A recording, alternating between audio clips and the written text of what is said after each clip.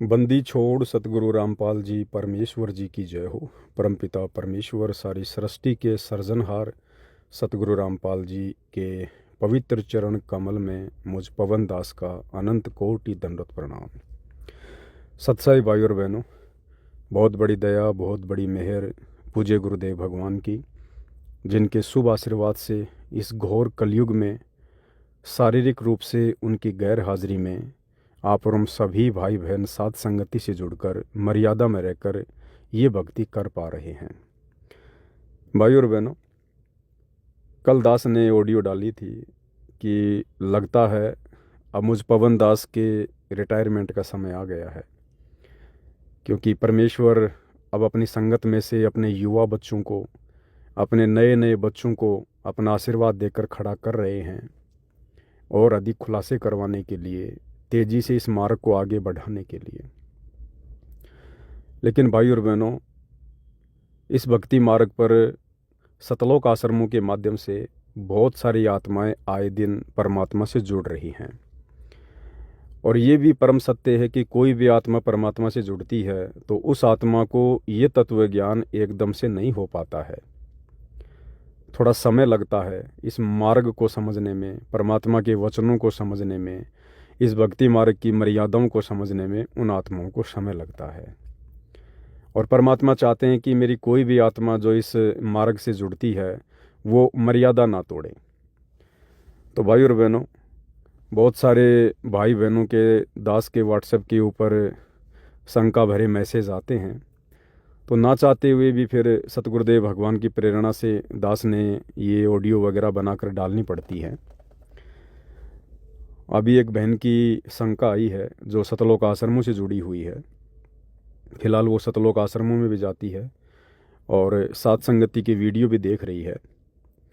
तो बहन की शंका है, सतसाई भाई जी, मैंने सुना है बच्चों का नाम परमात्मा रखते हैं, मेरे लड़की हुई है तो इसका नाम परमात्मा से रखवाना चाहिए या फिर अपने आप ही रख दूं? परमात्मा तो अभी जेल धाम में है तो मैं नाम कैसे रखूं? मुझे कुछ समझ नहीं आ रहा है।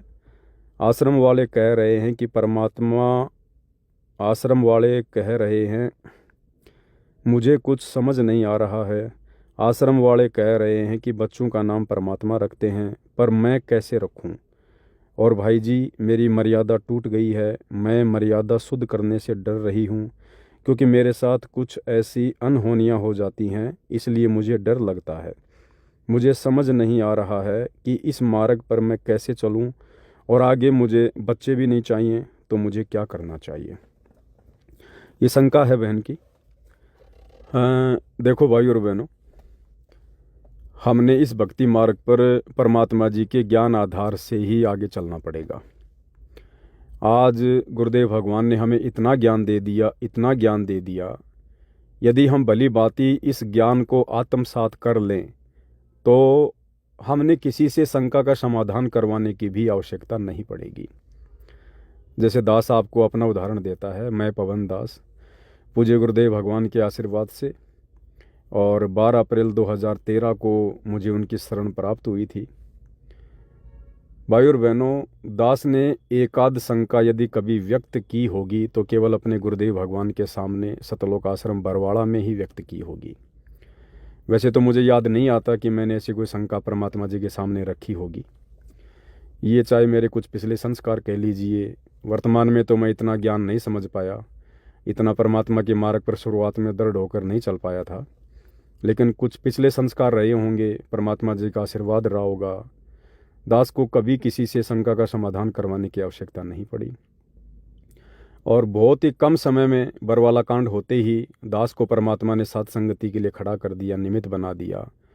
और उसके बाद ज़्यादा भी नहीं तो कई हज़ारों की संख्या में भगत भाई बहनों की शंकाओं का समाधान परमात्मा ने मुझ 2 कौड़ी के जीव पवन दास के माध्यम से जो है वो करवाया।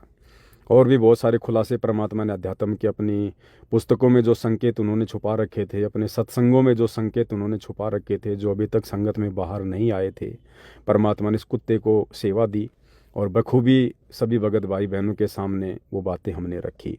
तो ये कुछ पिछले संस्कार थे, वर्तमान में परमात्मा जी का आशीर्वाद था।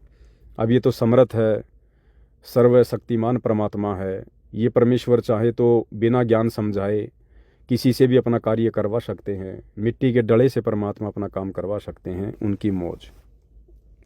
तो कहने का मतलब है भाई और बहनों, भक्ति मार्ग पर यदि सफल होना है, देखो एक दूसरे भगत भाई से सलाह लेना, समाधान करवाना, ये कोई बुरी बात नहीं है, गलत नहीं है, क्योंकि इस मार्ग से दुनिया तो अपरिचित है। तो इस मार्ग से जो परिचित होंगे परमात्मा के बच्चे, वही तो एक दूसरे की शंकाओं का समाधान करेंगे, जैसा भी उनको परमात्मा जी का ज्ञान समझ में आया।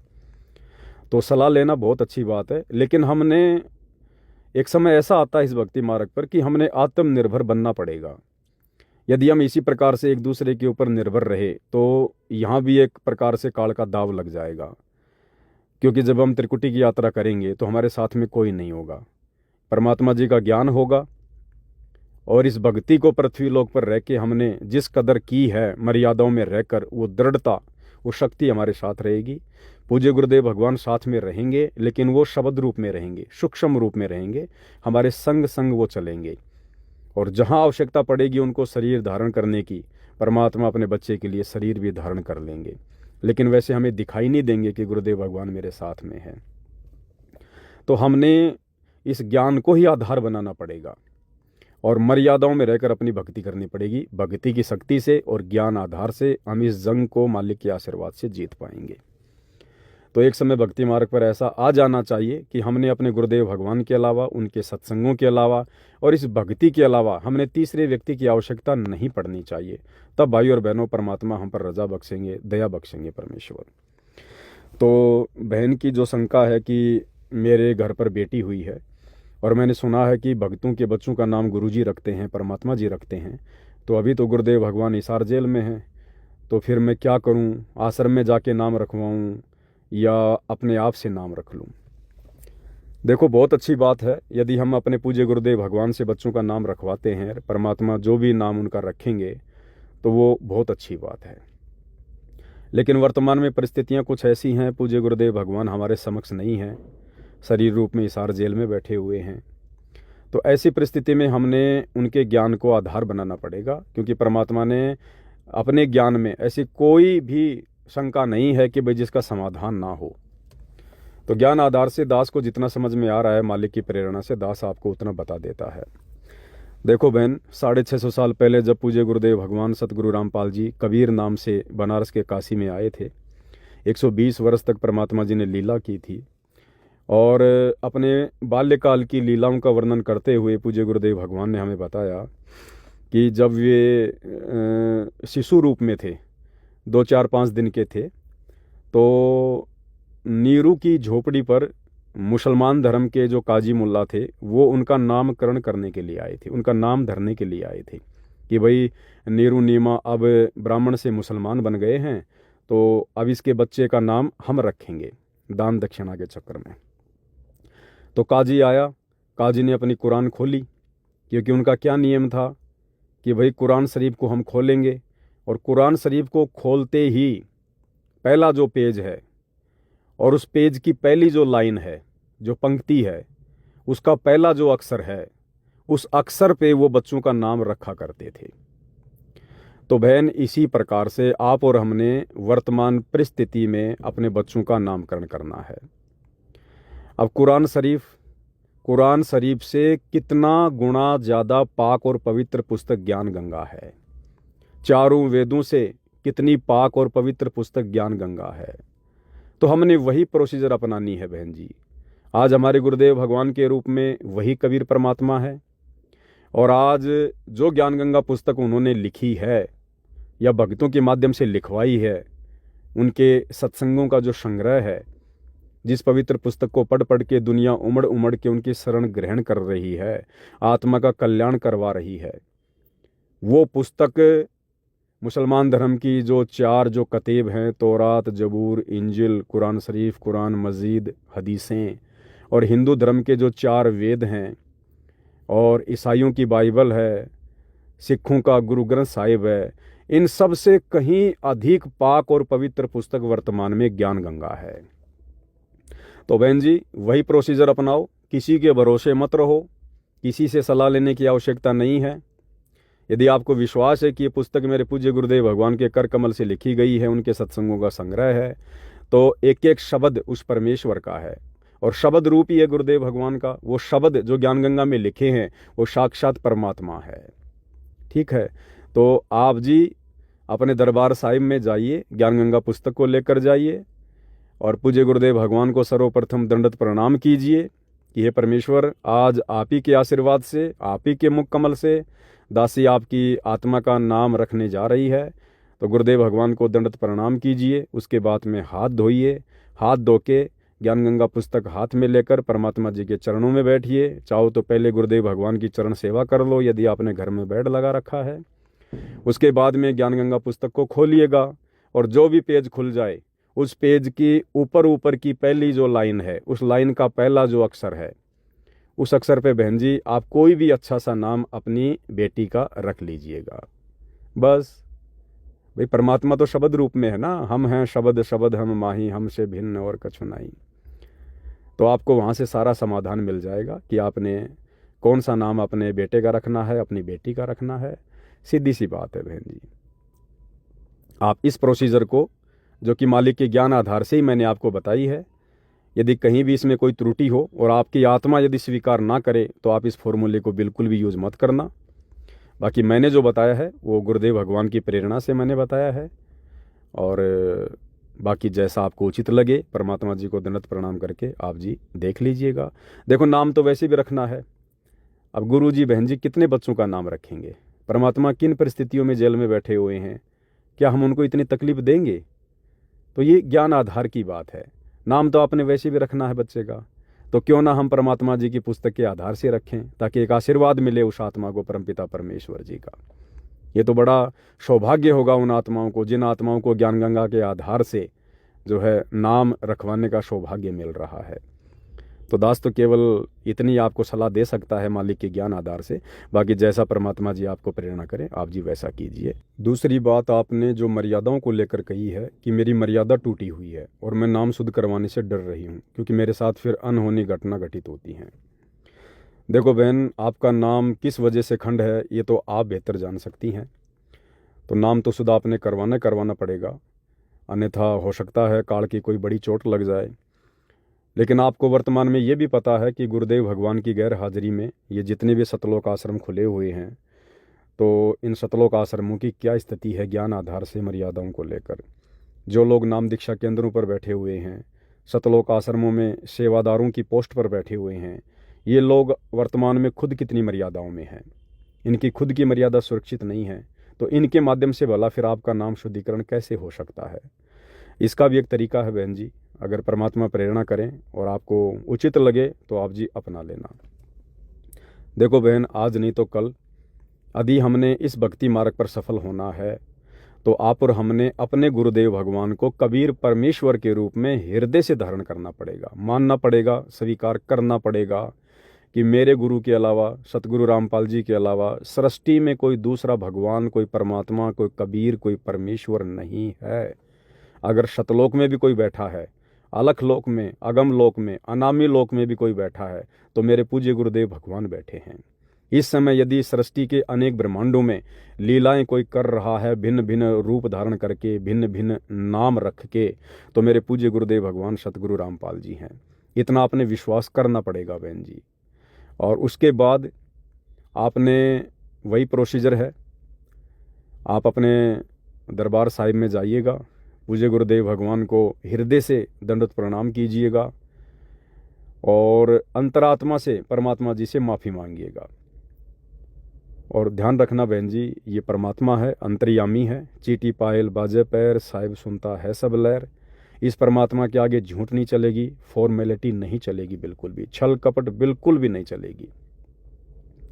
आप यदि हृदय से, यदि आपको अपनी गलती का पश्चाताप है और यदि आप हृदय से अपने गुरु को परमेश्वर मानकर अपने दरबार साहिब में सूक्ष्म रूप में, शब्द रूप में विराजमान मानकर यदि आप उनसे प्रार्थना करोगी और अपने गुरुदेव भगवान को विश्वास दिलाओगी कि हे परमेश्वर, आगे मैं जानबूझकर कभी भी गलती नहीं करूँगी, बाकी परमेश्वर मैं 2 कौड़ी की जीव हूँ, आप मुझे संभाल के रखना, आप मुझे हिम्मत देना, परमेश्वर मेरी तमाम गलतियों को माफ़ कीजिएगा, मैं भक्ति करना चाहती हूँ, आगे अपनी बच्ची को संभाल के रखना। अगर हृदय से प्रार्थना करोगी और आपने जो भी गलती की है बताने की ज़रूरत नहीं है, अंतर्यामी सब जानता है। लेकिन यदि आपको उस गलती का पश्चाताप है तो बहन आपका नाम शुद्ध होगा। अगर आप फॉर्मेलिटी के लिए कर रही हो, आपको अपनी गलती का कोई पछतावा ही नहीं है, आप चाहे कितना ही दरबार साहिब में दंडवत करके माफ़ी मांग लीजिएगा, आपका नाम शुद्ध नहीं होगा। और इस भक्ति मार्ग में बहन जी नाम शुद्धिकरण का वैसे तो कोई ऑप्शन नहीं है। नाम का भला क्या खंड होगा, नाम का भला क्या शुद्धिकरण होगा। साहिब का नाम अखंड है और सकल सब खंड। आदरणीय गरीबदास जी अपनी वाणी में कहते हैं कि इस कबीर परमेश्वर का नाम अखंड है, जिस नाम से परमात्मा ने सृष्टि रची, आत्माओं की उत्पत्ति की, सारे संसार को बनाया, उस नाम का भला क्या खंड होगा। शब्द तो कभी वैसे खंड नहीं होता, आप और हमारे मुख से निकले शब्द भी कभी खंड नहीं होते। ये जो शब्द हैं ये सृष्टि में घूमते रहते हैं बहन जी, तो शब्द कभी खंड नहीं होता है।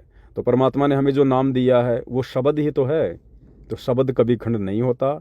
शब्द के साथ में, नाम के साथ में गुरुदेव हमें जो मर्यादा देते हैं, वो मर्यादा टूटने से वो शब्द अपना काम करना बंद कर देता है। इतनी सी बात है।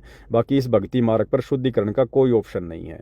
ये तो परमात्मा ने इसलिए दिया कि भाई चलो भाई बच्चे हैं, नया नया ज्ञान है, एक बार में इस ज्ञान को अच्छे से ना समझकर मर्यादाओं में नहीं रह पाते हैं, गलतियां करेंगे, फिर ये कहेंगे गुरुजी मेरा तो नाम टूट गया, नाम खंड हो गया।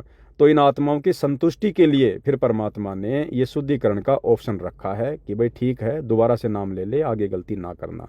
तो दोबारा से नाम ले लेते हैं तो भगत को एक संतुष्टि हो जाती है कि मेरा नाम जुड़ गया, अन्यथा नाम तो कभी टूटता ही नहीं है, जुड़ेगा क्या। खैर कोई बात नहीं, हमें परमात्मा जी के ज्ञान आधार से समझना है। आपने वर्तमान में किसी भी नाम दीक्षा केंद्र पर जाने की आवश्यकता नहीं है यदि आपकी मर्यादा खंडित है तो। और यदि आप हृदय से अपनी गलती का पश्चाताप करती हैं तो घर पर ही दरबार साहिब में परमेश्वर को दंडवत करके माफ़ी मांग के आप अपना नाम शुद्ध कर सकती हैं। जैसे परमात्मा जी हमें उदाहरण देते हैं गब्बू डाकू का, दास शॉर्ट में बताएगा। जैसे गब्बू डाकू था, डाके डालता था। एक बार ऐसे डाका डालने के लिए गया हुआ था, समय काफ़ी था, पास में सत्संग हो रहा था, वो सत्संग में जाकर बैठ गया। तो सत्संग में जाकर बैठ गया तो शब्द की चोट उसको लग गई, उसको आत्मग्लानि हुई कि मैंने तो बड़े पाप कर दिए, परमात्मा मुझे कैसे माफ़ करेगा। तो संत जी के पास जाता है और कहता है कि संत जी मुझे दीक्षा दे दो, मुझे नाम दे दो, मैंने तो बहुत ज़्यादा कुकर्म किए हैं। तो संत जी ने कहा भाई रात के समय आने की क्या ज़रूरत थी, सुबह आ जाता। उसने कहा जी रुका नहीं गया। कौन है भाई? जी मैं गब्बू डाकू हूँ। तो गब्बू डाकू के नाम से वो संत जी भी काफ़ी परिचित थे। वो संत जी डर गया कि ये मुझे भी फंसाएगा, और संत जी ने कहा कि बेटा एक काम कर, तू पहले पुलिस थाने में जा और तू अपनी गिरफ्तारी दे दे। अब उसने तो गुरु बनाना था, तो गुरु की आज्ञा की पालना भी करनी थी। गब्बू डाकू पुलिस स्टेशन चला जाता है, वहाँ जाकर वो पुलिस वालों को बताता है कि मैं गब्बू डाकू हूँ। वो पुलिस वाले भी घबरा जाते हैं क्योंकि वो काफ़ी वेल नोन डाकू था। तो थानेदार ने गवर्नर को फ़ोन किया, मतलब अपने ऊपर के अधिकारियों को फ़ोन किया। बात गवर्नर तक पहुँच गई, राष्ट्रपति तक, राज्यपाल तक। तो तुरंत गब्बू डाकू का नाम सुनकर वो गवर्नर आ गया वहाँ पर थाने में, और गवर्नर भी दूर से खड़ा होकर बात कर रहा है। तो गब्बू डाकू कह रहा भाई मेरे को गिरफ्तार कर लो, मेरे को जेल में डाल दो, मैं अपने पाप कर्मों की अक्षमा याचना मांगता हूँ, मैंने तो बड़े पाप कर दिए। तो गुरुदेव ने बताया कि गब्बू डाकू के इस व्यवहार को देखकर जो गवर्नर था वो काफ़ी समझदार था। उसने कहा भाई गब्बू हमने तेरे को माफ़ कर दिया है। तो गब्बू ने कहा नहीं जी आप मेरे को जेल में डालो, ऐसे कैसे मेरे पाप कर्म जो है नाश होंगे। गवर्नर ने कहा भाई हमने तेरे को माफ़ कर दिया। बोला जी कैसे? तो गवर्नर ने कहा कि हम जेल में क्यों डालते हैं, हम लोगों को सज़ा क्यों देते हैं अपराधियों को, ताकि वो अपराध करने से डरें, जेल में बैठकर वो पश्चाताप करें। क्योंकि जेल में आदमी की सारी आज़ादी छीन ली जाती है। तो जेल में बैठकर इंसान जो अपराधी है अपने कुकर्मों के लिए पछताए, विचार करे कि मैंने जल्दबाजी में, जोश में होश खोकर, या चंद पैसों के लालच में, या कुसंगति का शिकार होकर मैंने जो कुकर्म किए हैं, जो गलत काम किए हैं, अब देखो मैं कैसे नरक भोग रहा हूँ। तो वो व्यक्ति पाप करने से डरे, उसको पश्चाताप हो, वो सुधरे, इसके लिए हम अपराधियों को जेल में डालते हैं। और भाई तू तो जेल गए बिना ही सुधर गया, तूने तो तमाम बुराइयां छोड़ दी, तू तो संत बन गया, तू तो भगत आदमी बन गया। भाई अब तेरे को जेल में डाल के हम क्या करेंगे, हम तो जेल में सुधारने के लिए डालते हैं, तू तो पहले सुधर गया। तो उसके बाद गब्बू डाकू संत जी के पास वापस आता है, सारी बात बताता है, संत जी उसको दीक्षा देते हैं और गब्बू अपनी भक्ति करता है। तो इसी प्रकार बहन जी नाम शुद्धिकरण की भी वही प्रोसीजर है।